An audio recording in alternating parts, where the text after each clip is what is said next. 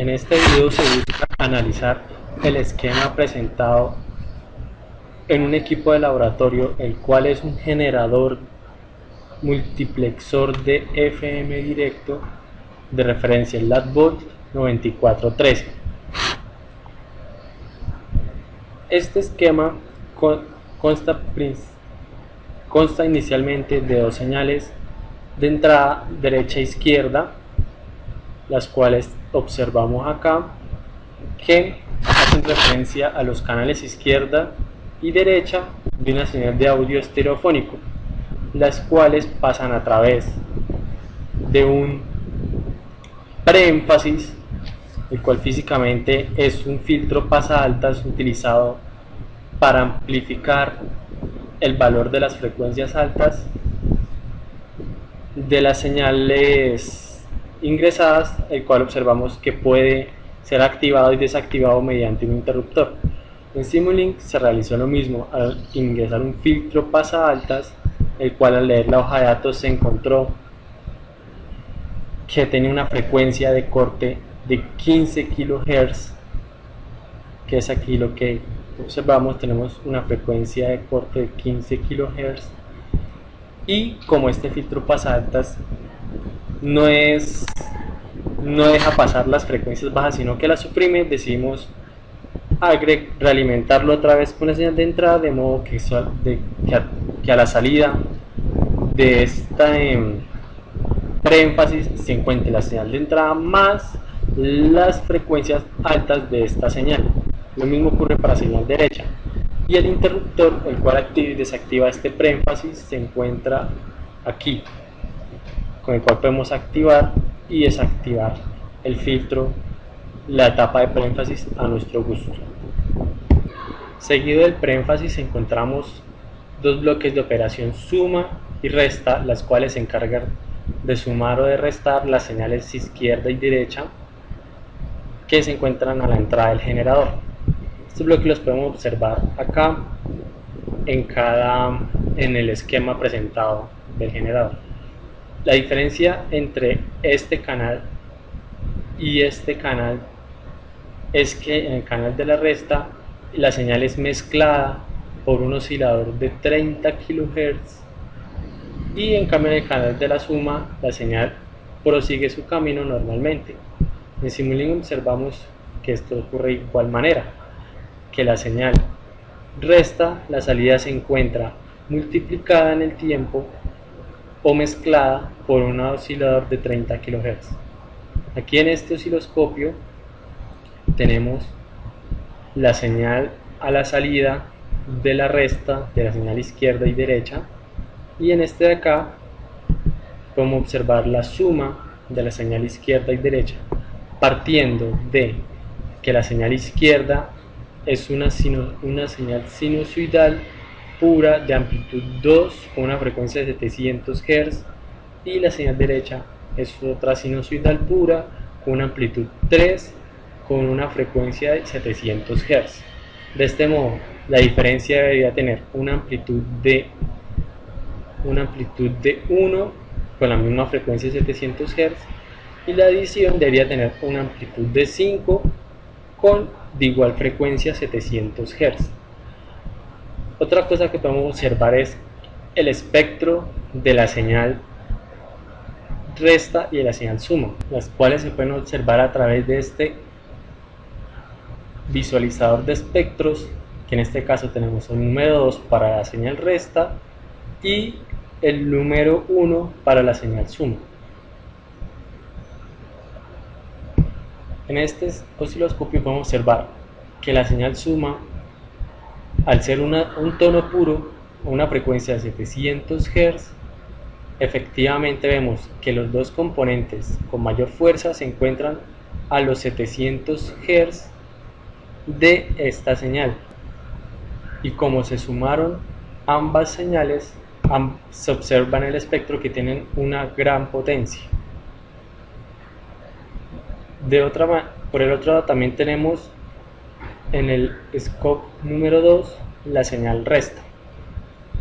en la cual podemos observar que a diferencia de la señal suma tiene mucha menos potencia, debido a que se están restando las dos señales pero de igual manera su mayor aporte, su mayor potencia está confinada en los 700 Hz y en los menos 700 Hz debido a que es una señal real. También podemos observar la señal a la salida de la mezcla en el scope 3, el cual tiene la siguiente forma en el tiempo, lo cual es lo que se espera, ya que se está multiplicando en el tiempo una onda sinusoidal pura de una frecuencia de 15 kHz, la cual llega a la señal resta,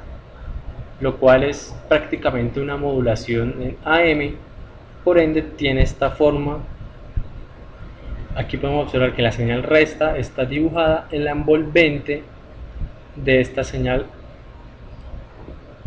mezclada. También podemos observar el espectro de la señal mezclada con el Spectrum Scope 5, con lo cual lo que esperamos ver es el mismo espectro de la señal resta, pero en este caso se diferencia es que ahora, al ser multiplicado en tiempo por un tono puro de 30 kHz, el espectro antes encontrado en el origen de forma simétrica a los 700 y menos 700 Hz, ahora se encuentra reflejado en los 30 y en los 30 kHz. Pero de igual manera, el ancho de banda del mensaje, el cual es de 1.4 kHz, se mantiene,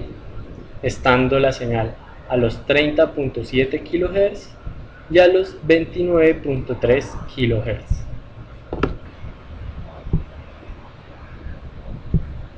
Este sería el segundo canal encontrado en el multiplexor final, bueno, final no, en el multiplexor general de este generador, que sería este que se encuentra acá. El tercer canal consta de la misma oscilador local. Sin embargo, este tiene un desfasador y un divisor de frecuencias, lo cual hace que la señal que llega a este punto tenga no una frecuencia de 30 kHz, sino de 15 kHz. Para realizar esta línea del diagrama de bloques en Simulink, lo que hicimos fue utilizar una sinusoidal pura de 15 kHz, ya que un divisor de frecuencias no se puede obtener fácilmente aquí en esta herramienta, junto con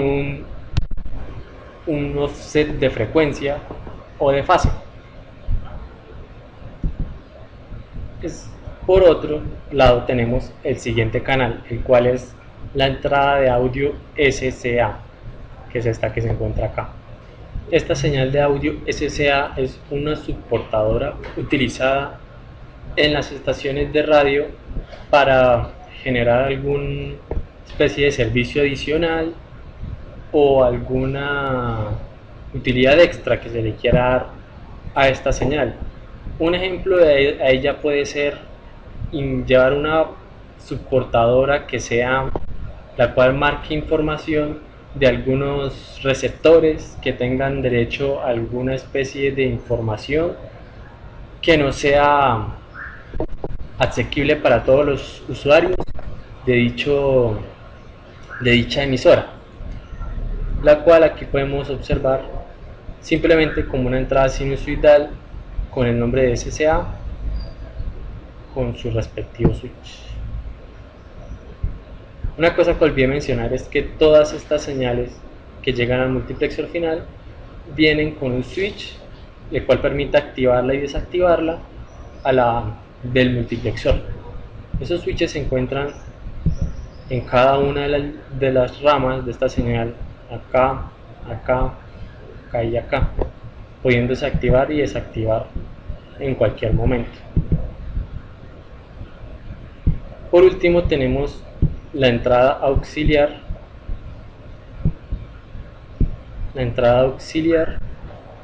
del generador, que es esta que se encuentra acá. Todas estas señales se suman, se multiplexan, de modo que generan estas señales, salen y entran a este bloque que se utilizó para poder visualizar la señal a la salida de este multiplexor. Y en esta gráfica podemos observar la salida del multiplexor. También se observa en el Spectrum Scope 4 el espectro de esta salida, el cual, como se esperaría, al agregar 3 señales sinusoidales, tenemos la primera, que son la potencia ingresada por la señal suma, que se encuentra centrada en 0 a 700 MHz. La segunda, que es la potencia de la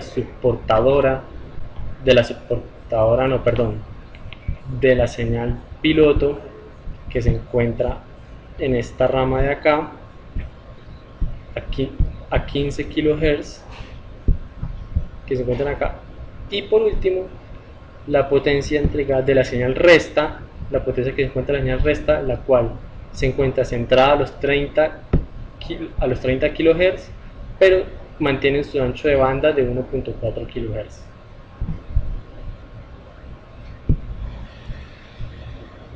Listo. Estas son las salidas que se encuentran en el esquema del generador, que es esta que se encuentra acá. Después de esa salida tenemos el bloque modulador de FM, con el cual se espera realizar la modulación en frecuencia, que en este caso nosotros fabricamos uno, que es este que se encuentra acá, en el cual podemos variar la frecuencia de la portadora y el índice de modulación a utilizar. Aquí podemos ver el esquema utilizado para la modulación de FM, en el cual tenemos la señal que entra, el índice de modulación, la frecuencia de la portadora, las cuales se suman y se integran de tal manera que esta frecuencia portadora, que es una constante, quede dependiente del tiempo, y esta, que sería la señal de entrada multiplicada por una constante, de aquí salga su integral para que cumpla la ecuación de modulación en FM. Aquí tenemos una ganancia para la integral, que prácticamente es la que acompaña aquí esta caso de f, que es de 2pi, y todo esto va a estar dentro de una función trigonométrica de un coseno, de modo que se realice la modulación en frecuencia. Por último, que es la ganancia que se observa en este bloque a la salida del modulador en FM, la cual es una ganancia variable, como podemos tener acá. Simplemente decidimos agregarla como un bloque de ganancia con un valor de 10, y este bloque de ganancia modifica directamente la potencia transmitida o la potencia promedio transmitida de la señal FM. Aquí en este scope podemos observar la forma que tiene la señal modulada en frecuencia, de forma que podemos observar sus variaciones en la frecuencia, pero vemos que su amplitud no varía, se mantiene constante. Bueno, no constante, no, simplemente su amplitud máxima se va a mantener en 10, que es la ganancia dada en el bloque anterior. Y observamos en el Spectrum Scope que su respuesta en frecuencia no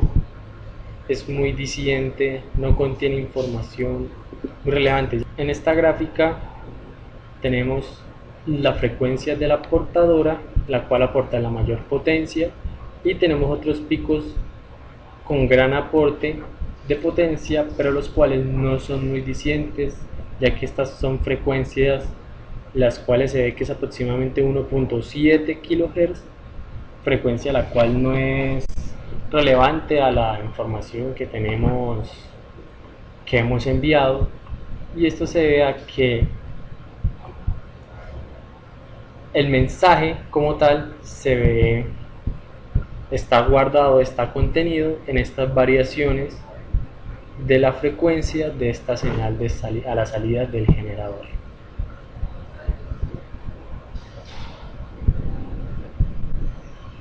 Y de esta manera concluiríamos el análisis de este generador de FM. Muchas gracias.